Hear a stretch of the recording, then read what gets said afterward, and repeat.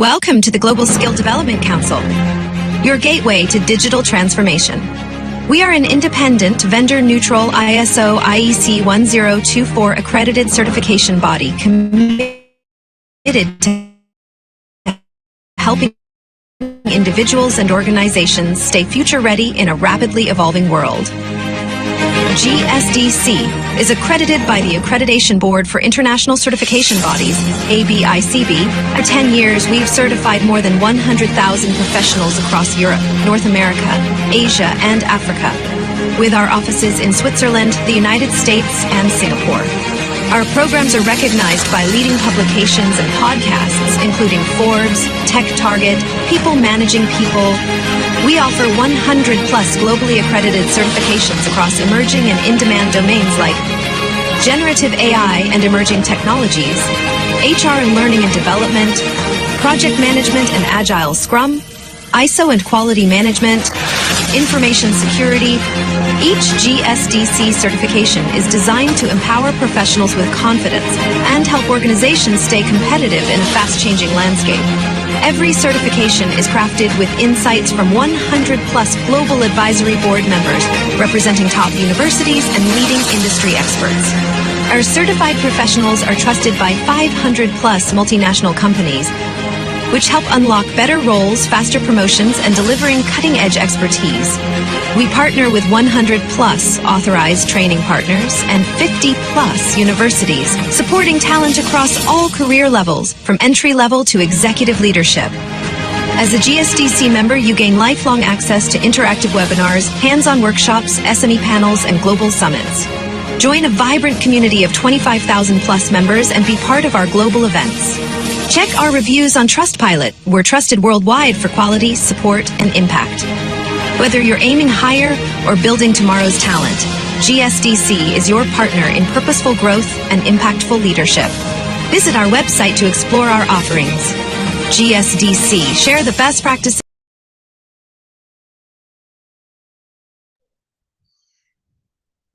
Good morning, good afternoon, and good evening, everyone, wherever you are watching this from. My name is Gauri, your session moderator for today's session, and I welcome you all. And allow me a minute as I share my screen. I hope it's visible. So on behalf of Global Skill Development Council, we are looking forward to this series of the ISO Leadership Reset, Building a Resilient, Secure, and Accountable Enterprise, based on a real-world lessons in implementing ISO-based governance. And yes, what's really making this whole series so amazing is the amazing panel of experts that we have aligned. Don't forget that even for the next week, we are having the series. And yes, these are a few of the speakers that will be taking over the session for the next week. And for those who are here for the first time, I would like to quickly give introduction to GSDC. So the Global Skill Development Council is a global certification body focused on bridging the gap between skills, industry, and innovation. Created by ABICB with the network of 400 training partners worldwide. So far, more than 250,000 professionals have been certified with GSDC, supported by 500-plus experts, 1,000-plus Fortune companies, and 50-plus universities across the globe. If you would like to learn more about GSDC, I'm sharing more details in the chat box soon. Special thanks to all our training partners all the way from Asia, Africa, Australia, Southeast Asia, Canada, and many more regions around the world. A big thank you to everyone who joined us, to our training partners. If you're interested in GSDC training, feel free to reach out to any of the partners and they will be happy to guide you and get you started on your learning journey.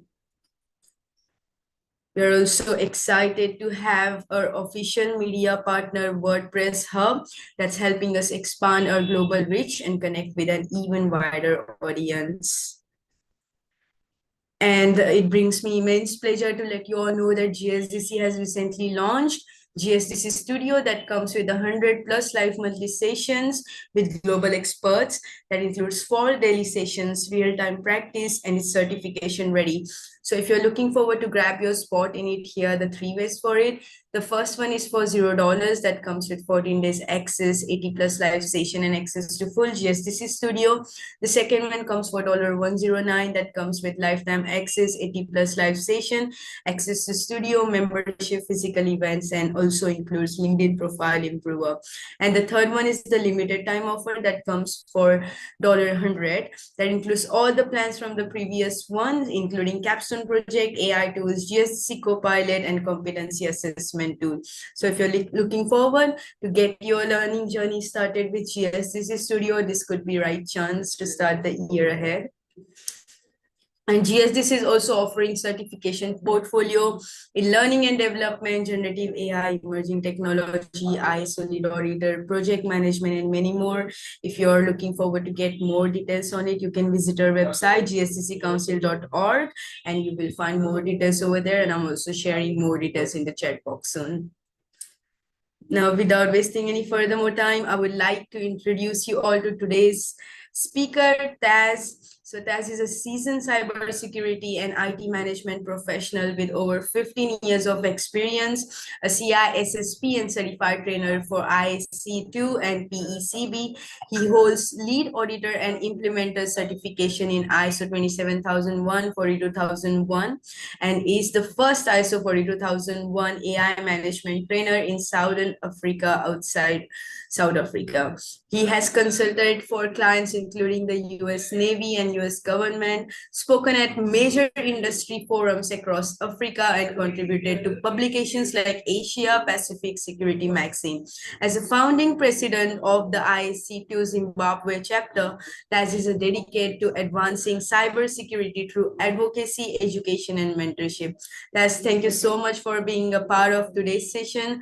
We are absolutely looking forward to your session, and the virtual mic is all yours now. Thank you very much, Gauri, and hello, everyone. I hope that you've all had a very good week. I think we're all just about ending our week right now, whatever time it is where you are. Just a confirmation, please, Gauri. Can you see my presentation now? Yes, it's visible. Fantastic. So again, thank you. Really appreciate always working with the GSDC.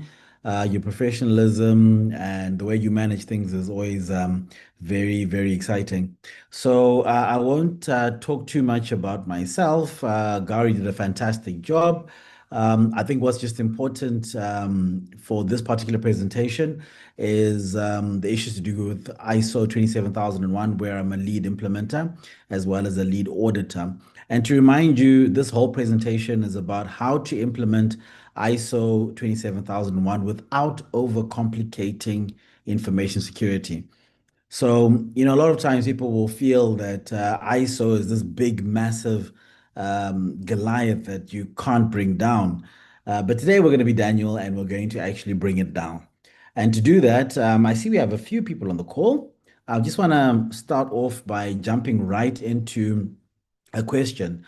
So the question there is, from your perspective, how difficult is ISO 27001 implementation?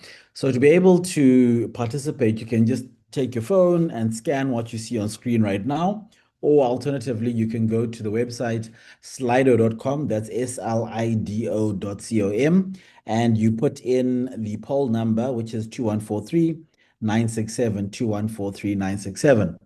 So if we could please just go through and pick one of the stars there, 1 up to 5. So 1 would be easy to implement 27001, and 5 would be very difficult. Okay, so 1 is easy and 5 is hard. Okay, we have one person that's voted so far. If we can just get a couple more, I'd be happy. 1 or 2 more, because I think we have, about 4 or 5 people here. Okay, someone feels halfway. That's good. I'll wait just a few more seconds to see if we get any other responses.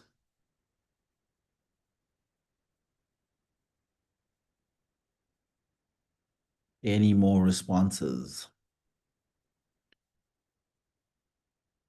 Okay, thank you. So we'll run with that. One person feels really hard, the other put it at midway. So we'll say that, listen, it's roughly a 4, okay? Difficulty is 4 out of 5, which is around 80% difficult, I would say. And thank you very much to those who managed to respond. I'm going to ask you to respond to another question as well. And this one is, what are the challenges with ISO 27001 implementation? So you should see a free box. You can write anything. You can write one word or you can write a whole phrase. But if we can just have at least a couple of responses there, I would appreciate it. From your perspective, again, what do you think are the challenges? Why did we put a five? Like it's hard, and why did we put a five, a three to say, "No, listen, 50%, halfway there. What are our thoughts?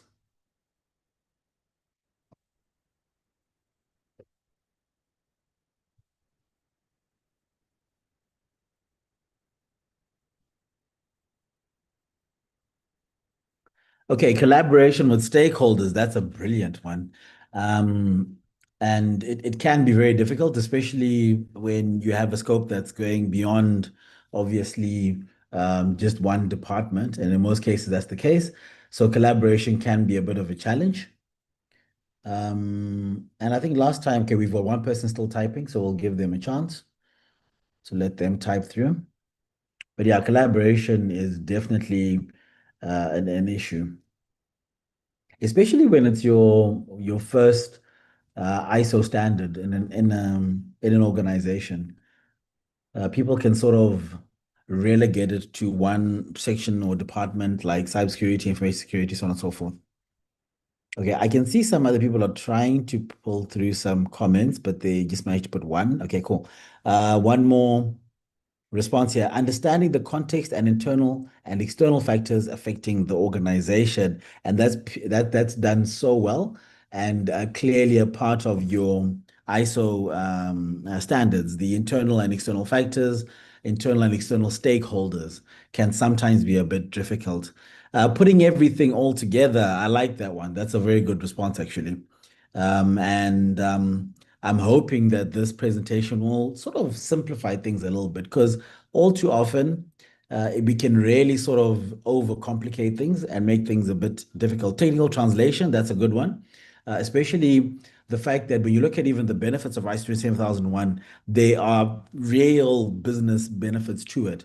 But then when we now have a lot of technical jargon in there, it's difficult to actually, pull out those benefits.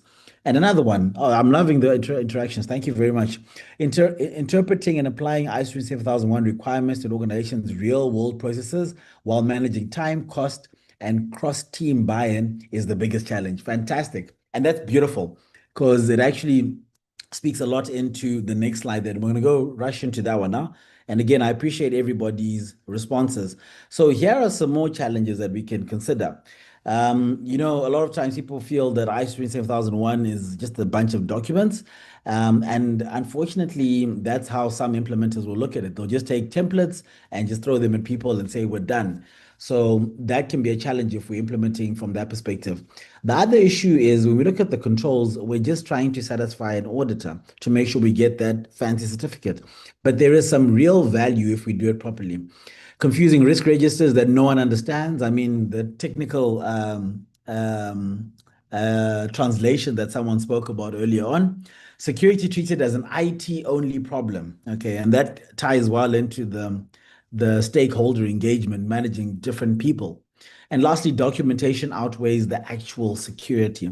And this is a very unfortunate reality that a lot of people that don't deal with governance, risk, and compliance feel. Like you talk to an offensive security engineer, and they'll tell you, yeah, they're just documents, but that's not the real stuff. But at the end of the day, there's complementary aspects to both sides. So if you don't have a password policy in place, then everybody can say whatever password that they want, and it becomes easier for the offensive security engineer. So these things are always complementary, but these are some of the challenges that we see on top of the ones that were mentioned earlier on. But outside of all of these, for me personally, and let me also put a little disclaimer that a lot of this presentation is not so much about what we see on papers and stuff, but it's honestly my personal implementation struggles that I've faced and where I feel you need to keep a finger on the pulse when you're doing these things.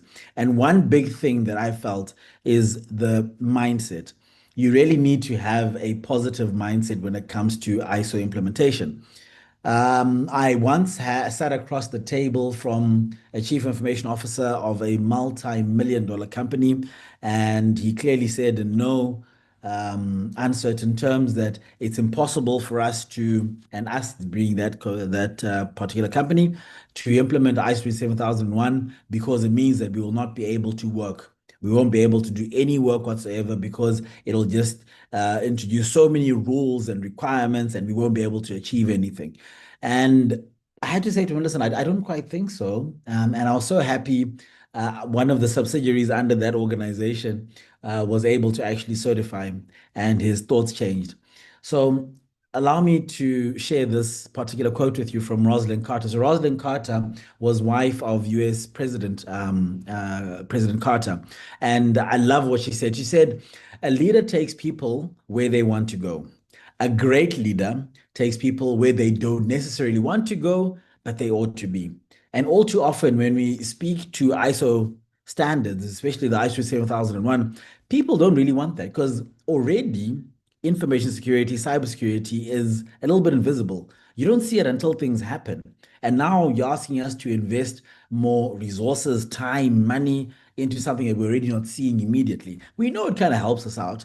And when things go really bad, in sure to help us out, but we're not seeing it. So people don't know that they should be there, but when they get there, they realize, wow, okay, fine. So we're a certified organization. This is what it means. These are the benefits. And as a lead implementer, you need to understand that your mindset first is the first step that you need to take. In terms of where to start with implementation, there's two approaches I'm going to talk about. The first one is the textbook one, and an alternative one that I think works actually quite well, especially in situations where you already don't have a lot of buy-in to security from a management leadership perspective. And what I mean is that if you have a management team, an executive management team, where there is no CISO, Chief Information Security Officer, and maybe even no CIO at all, It's just the IT manager possibly reporting through finance and so on and so forth, and they don't get a seat at the table when we talk about board meetings.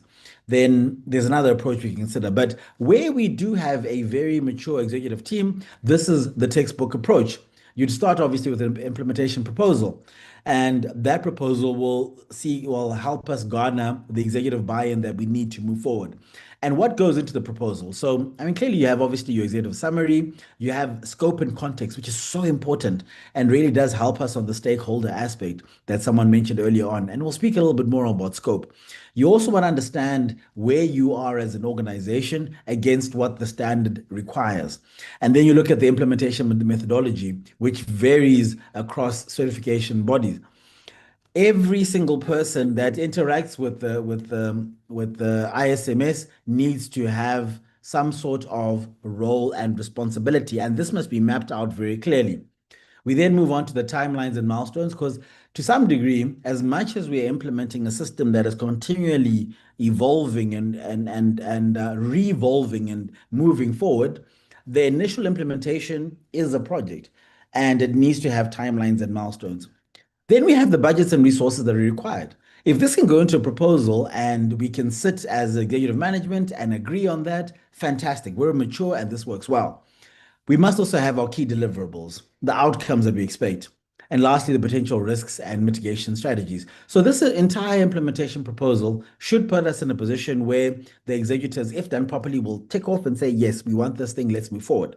But in a lot of cases, like I mentioned, where we don't have that executive management representation, we need to consider different approaches. And this is what I've seen working very well in real world scenarios. So it's in most cases the information security department or cybersecurity department or governance, risk and compliance have some sort of control over their training requirements. And what I always encourage is that it's good to, at least even for their knowledge and understanding, start with implementers training. So I'm specifically speaking to ISO 27001 lead implementer training. It's normally a 5-day boot camp. And if you get that, number one, it puts you as a practitioner in the position of understanding what all the nuances around ISO 27001 are. Number two, it puts you in a better position to be able to explain to your management, especially executive management, why this is important, and for you to be able to clearly map the outcomes and the benefits to your specific organization. Once you've done the training, it's sometimes very difficult to then immediately just go straight in and get buy-in. One other way that we can do that quite successfully, I've seen, is to start to align the organization's management systems to ISO 27001. And it's so simple. For example, most organizations will have an IT policy. So if that's what you've got and security is embedded in there, you can pull out information security and have a policy that sits by itself. Sometimes you'll have a password policy, or you won't even have a password policy in place.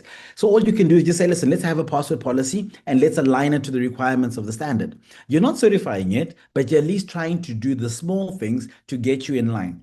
And if you are able to see measurable improvements in your security from that, it becomes another opportunity for you to get, number three, the executive buy-in. So this way is a little bit slower, but it does work. I've seen one organization where it took them about 3 years from training to actually get the executive to say yes and sign off, and they are now a certified organization. So once you have that buy-in, and this is mostly political buy-in, where people say, okay, fine, we're interested, let's see the proposal. Then your proposal comes out and you're able to continue the rest of the process from there.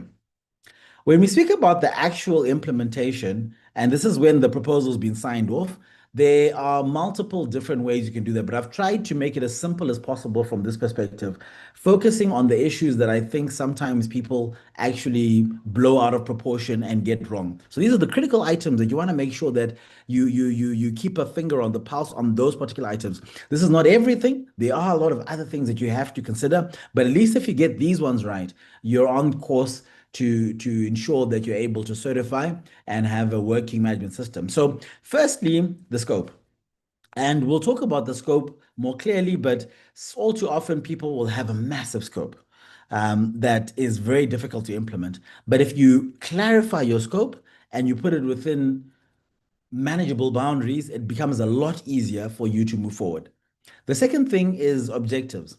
The ISMS, Information Security Management System, must have very clear objectives. You must understand what you're trying to achieve. And this mustn't be a standalone objective or an island. It must be linked to the organization. We'll speak about that more as well. Risk management sometimes is not as robust as it should be. This is another key factor. The standard has 93 controls in the 2022 version, but sometimes those are not mapped properly, and that's what scares a lot of people. 93 different controls to look at.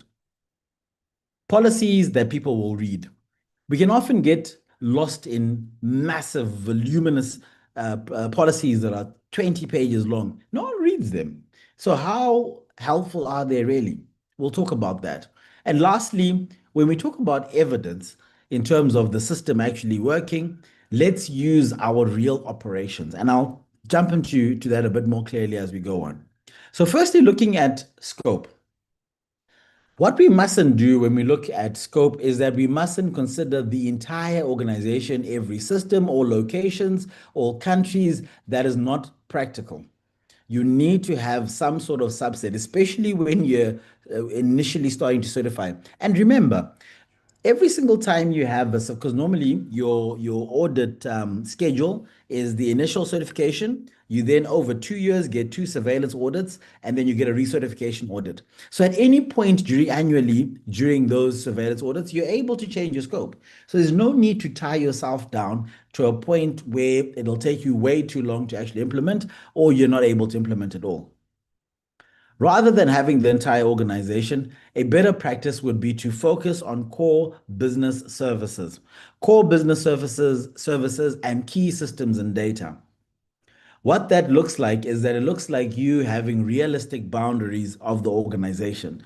So rather than considering, if you're a multinational organization, every single nation, maybe you might focus not only on just one nation or one country, but maybe on one office, on one town, or one function. A good example would be customer data processing and supporting IT systems for in-country operations. So we're not talking about everything, it's just customer data processing and the IT systems that support that. We can always expand it to other things later on. When you have a smaller scope, you have a faster implementation and much better security for that particular scope. I spoke earlier on about objectives.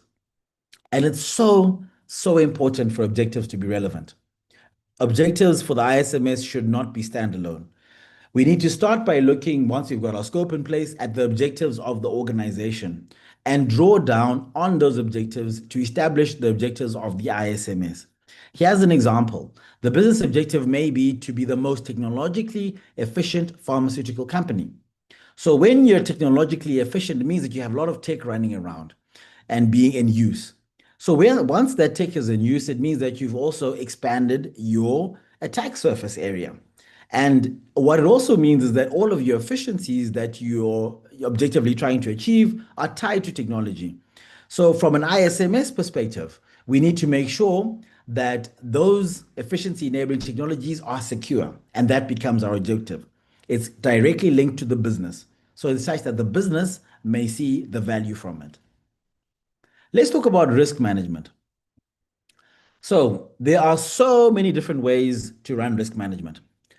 But what you must do is you must pick one framework and run with that framework. For example, under the ISO 27000 series, we have ISO 27001, excuse me, which gives us guidance on managing information security risks. It's very, very specific to information security and ties in well with ISO 27001. That does not mean that you're tied to use that and that only. You can also consider just a general purpose ISO 31001 risk management framework. So ISO 31000 can be used for a range of different requirements. For example, if you have a manufacturing plant and there are risks in that plant, you can use ISO 31000 to manage that risk. But you can also use it for your ISMS.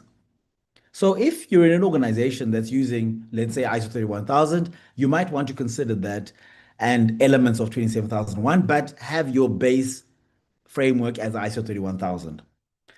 You don't have to just use ISO standards for your risk management. You can even use, for example, the NIST risk management framework. But as I mentioned, it's good practice to choose one and stick to it rather than having multiple different risk management frameworks and confusing the two as you go along. The other thing around risk management is try to keep it as simple as possible. That way it becomes easier to defend. So for example, if you're calculating your risk, a simple calculation like threat by vulnerability times impact is something that'll work. Rather than having 10 different levels of risk, just have 3 or 5 levels of risk. It becomes much, much simpler. The other thing that is also very important is using plain language. So for example, this is a risk and it is absolutely captured correctly, but it's not in plain language. Unauthorized access due to inadequate logical controls. Now, to an information security professional, it's easy to understand. You understand what unauthorized access looks like. You also understand what logical controls are and what they are like when they're inadequate. But that is not plain language. A good way to rewrite this would be to say, customer data may be exposed if email accounts are compromised. Much simpler, whether you're a practitioner or not, you can understand that. Let's move on to the controls issue. So as I mentioned earlier on, we have ISO 27002, which is the standard that looks specifically at information security controls. It's a lovely read, an entertaining read, I'll put it that way. But what some people are not aware of is the fact that under the 93 controls that we have, those have been split up into 4 different domains. You have organizational controls, of which there are 37, and those are more suited towards things like your policies and your procedures. You have physical controls, of which there are only 14, and those are things like your physical access controls, your fences, your perimeters. And then you have technological controls. And interestingly enough, that there's less technological controls than the organizational ones, because everything starts at the top and it's policy driven. Technology controls are specific configurations like having encryption in place or logging and monitoring. The people controls are mostly about HR, onboarding, termination, security clearances, and so on and so forth. But of these 93 controls, not all of them are applicable to every organization.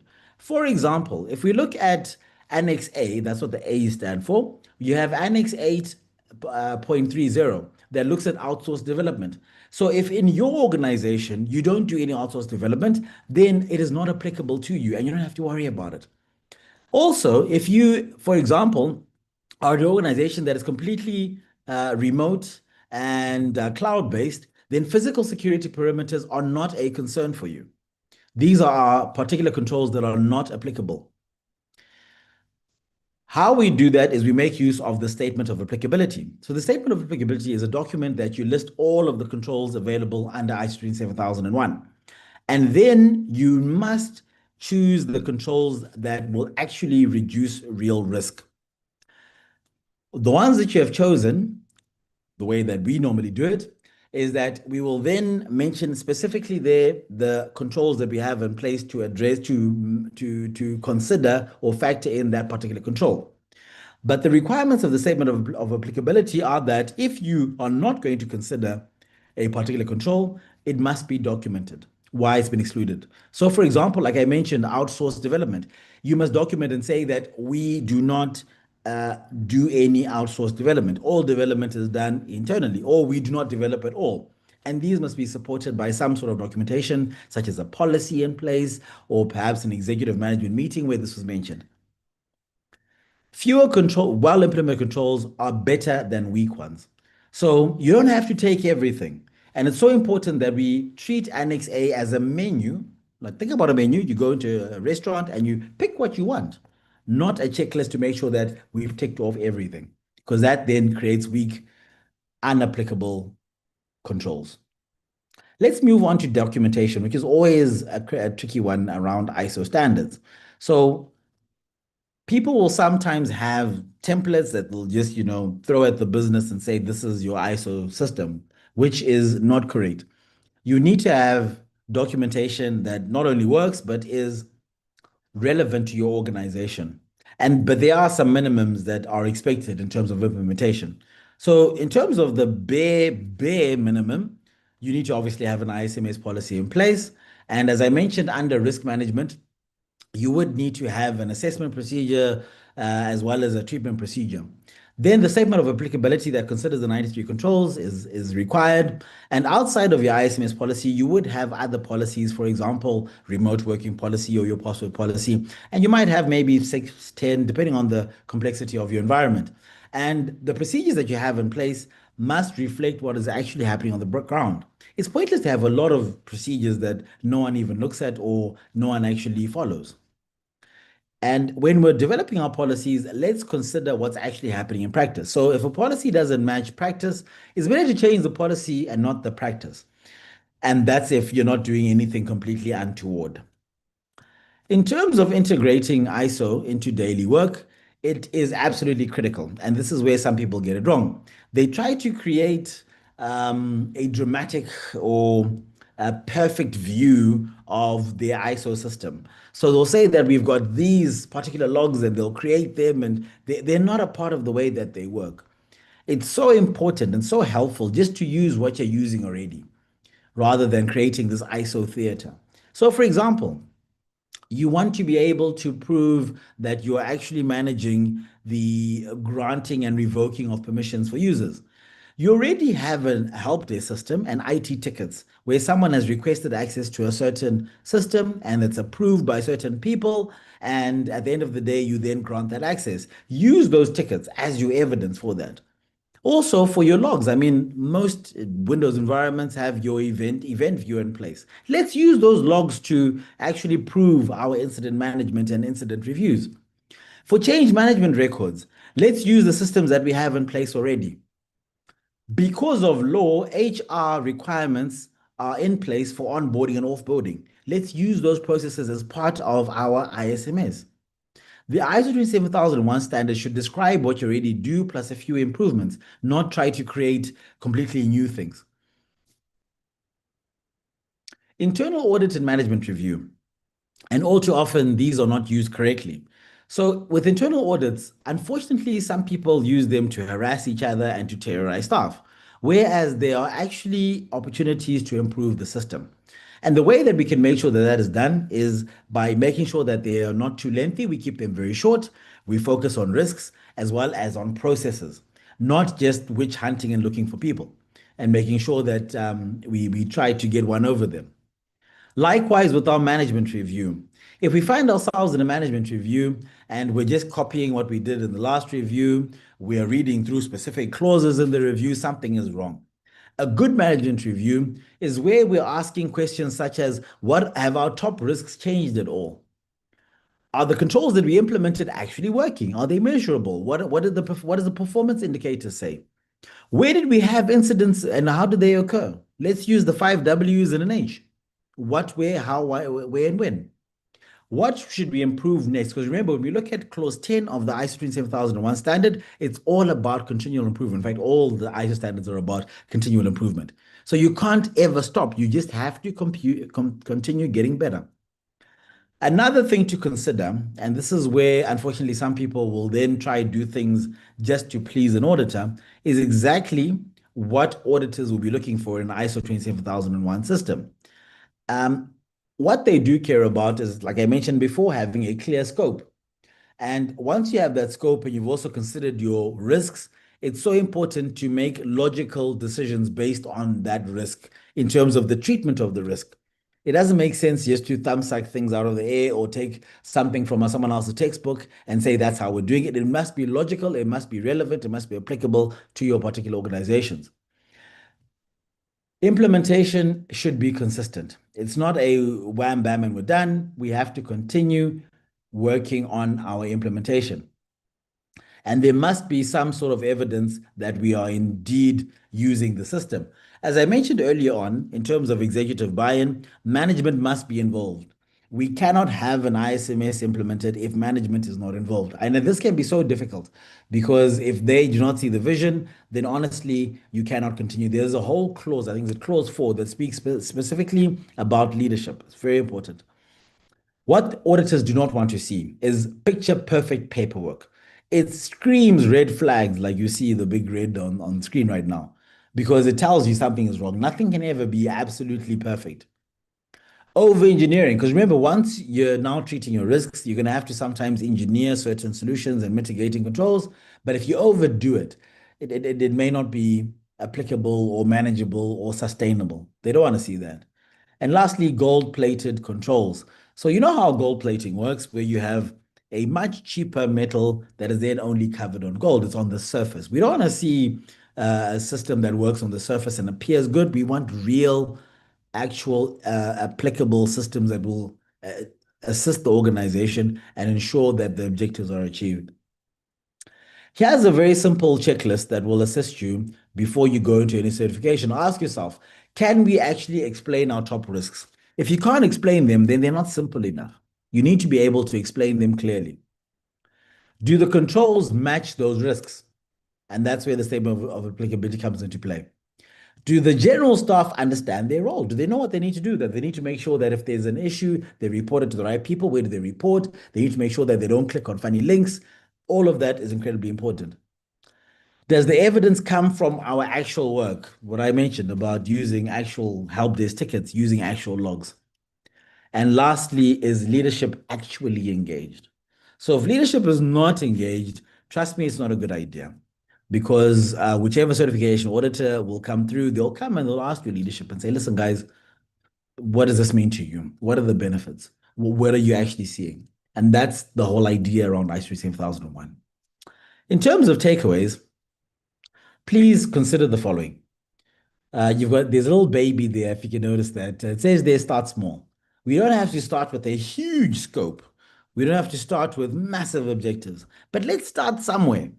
Let's start somewhere small and make sure we get the buy-in. However we do that, whether we take the textbook approach of just starting out with a proposal, or we do the training aspect, or anything else you can think of, it's very important that you get the buy-in. Without the buy-in, you don't have the leadership commitment, you won't get the resources, you'll be very, very stuck.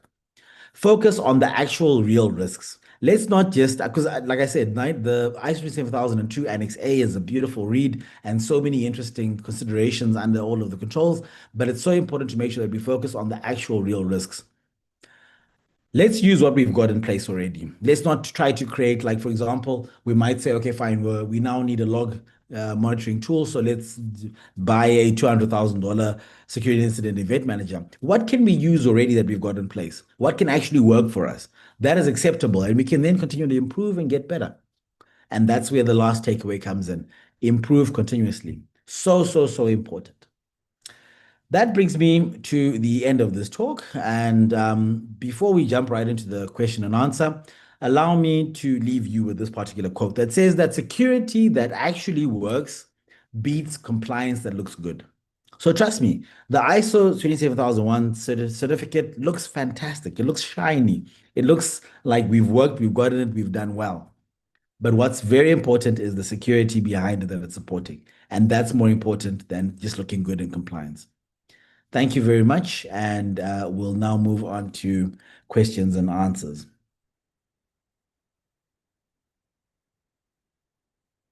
Thank you so much, Taz, for that insightful session. Now the question and answer platform has officially opened. So if any one of you would like to have direct questions to Taz, you can feel free to do that. And meanwhile, I'm also sharing Taz's LinkedIn over the chat box. So make sure that you're staying in touch with him, following him on LinkedIn. And let's wait for like to compliment. I have 29 years of professional experience in the US. I would like to compliment you for a great presentation. That's the comment that we have here from Najib. Thank you. Thank you very much. Yes, the link to the Taz's LinkedIn is in the chat box. Let's wait on a few questions.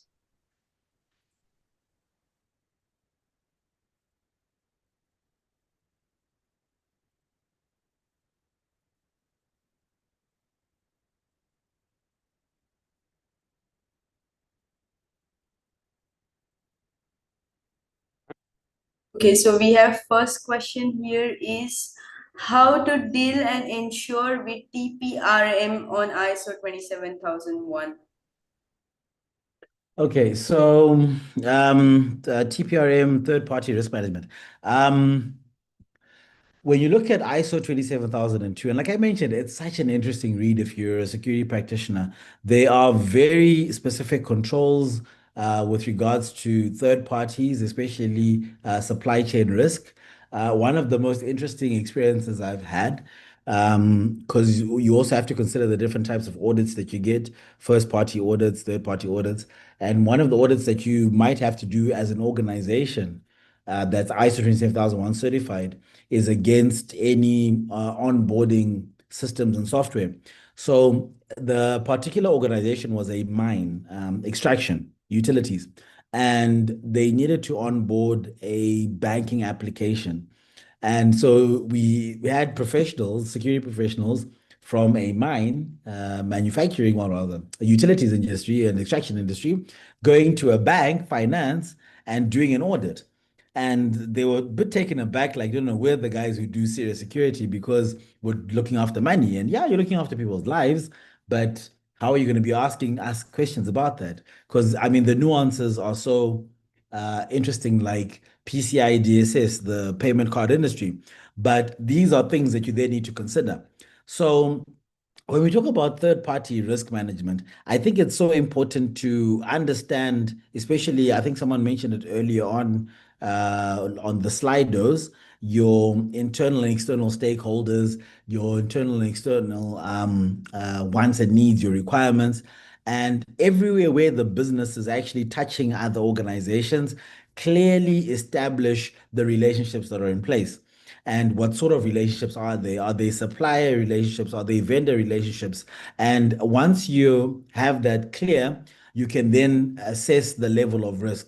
So I've seen some organizations with regards to their contracting processes, they will include certain ISO 27001 clauses within the contract itself.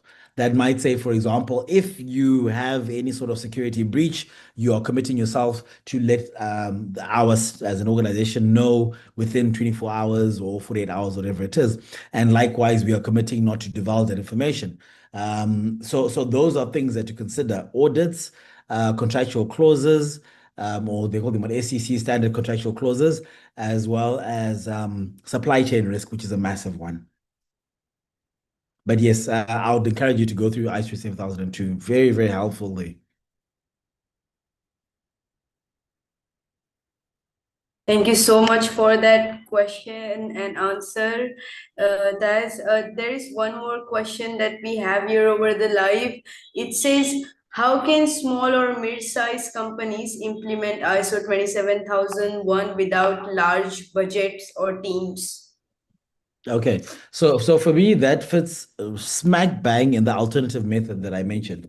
So one interesting thing about ISO standards is that there is no organization that is too big or too small. Possibly maybe the only organization that cannot, well, I think not cannot, but would find it difficult to implement is a one-man band. So if you're one person who's working by yourself, you might find it a bit difficult. But if you are at least two, three, four, five people, you can allocate responsibilities to each other. But the way that I would go about it, and the way I've seen, trust me, I've seen an organization, very small, I think they were like 5 to 10 people. They were able to get a dual certification on ISO 27001 together with ISO 22301, which is for business continuity, and it costed them about $3,000. So where I would begin is with the training, hands down. Get the training in place, understand what you're doing, and once you get into the community, rather than actually getting a consultant to come in and assist you, like myself, who might be a bit expensive, you can just start to, bounce ideas off people and say, listen, what else do we need here and here and here and here? And maybe the only thing you might need is an internal audit by a separate organization for independence, and then you're able to move forward. But start with the training, get some training done, and it'll help you to clearly see how possible it is. It's very possible.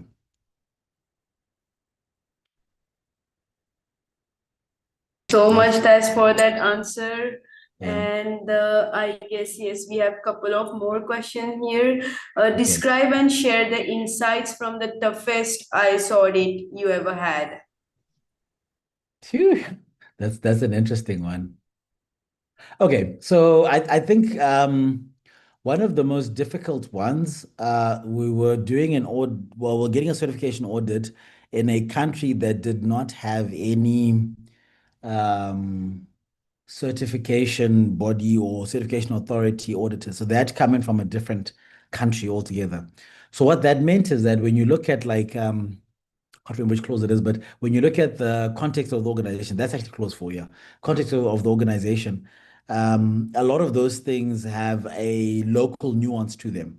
So when someone is coming in from a different country altogether, for them to understand that this is actually something important in this particular country is a bit difficult. So even the way the implementation had been done, the way the internal audit had been done, was different from the certification auditor's perspective. So it was very difficult to translate that in a way that that certification body or certification auditor understood. But it was just a case of um, being as professional as possible and making sure that we were clear about the fact that the issues that were being picked were locality specific, I'll put it that way. And getting over the line and making sure that it wasn't an issue to do with the actual implementation, the controls, the methodologies, but it was just about the fact that we're talking about some local things and non-local things. So to me, I think that was one of the most difficult, but we managed to sort of understand each other and get through it.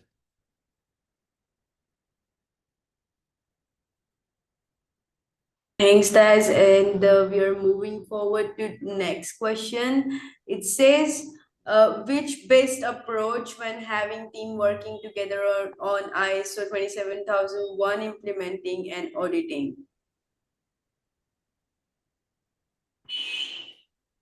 Okay, let me just read that again. Which is the best approach when having a team working together on the implementation and on the auditing? Okay, so um, one thing that you have to be clear on is that you can't mix those two things. You can't have the same people that are implementing doing the auditing, whether it's consultants that you have contracted or their internal resources. And I've seen situations like that that end quite ugly, where you try to have the same implementers also do the auditing. What I do encourage, though, I think it's important, is that with ISO standards, you get the lead implementer certification, and then you also get the auditor certification. So I see some people just doing the lead implementer and then implementing and moving forward. But it's so helpful to also, even if you're just an implementer, to get the auditor certification, because it helps you to understand the perspective from the auditor side, what they'll be looking for, how they're going to address these things. So sometimes when you're looking at controls, you don't only just look at the fact that is it implementable? Do we have the resourcing? But you also look at the fact that how do we even have evidence to show that we've done this? And there are, controls that are like that, where you've implemented it, but it's not easy to actually prove that you've done that. And that's a problem. So rather than just implementing and being done, having the auditor perspective is helpful. But you cannot have implementers being the same people that are doing the internal audit. That's a conflict of interest. Thank you so much, Taz.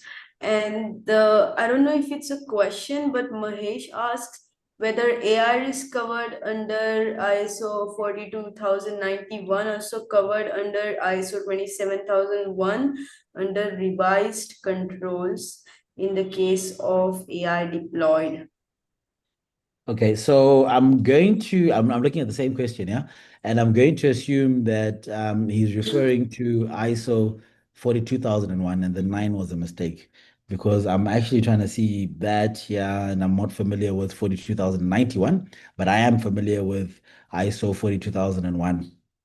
So the answer is, to keep it as simply as possible, there are overlaps definitely between ISO 27001 and ISO 42001, but as much as you can implement them as completely separate standards, similar to what we get now with ISO 27701 since I think it's mid-October. That's now a standalone system. It used to be an add-on to 27001, but it now stands by itself.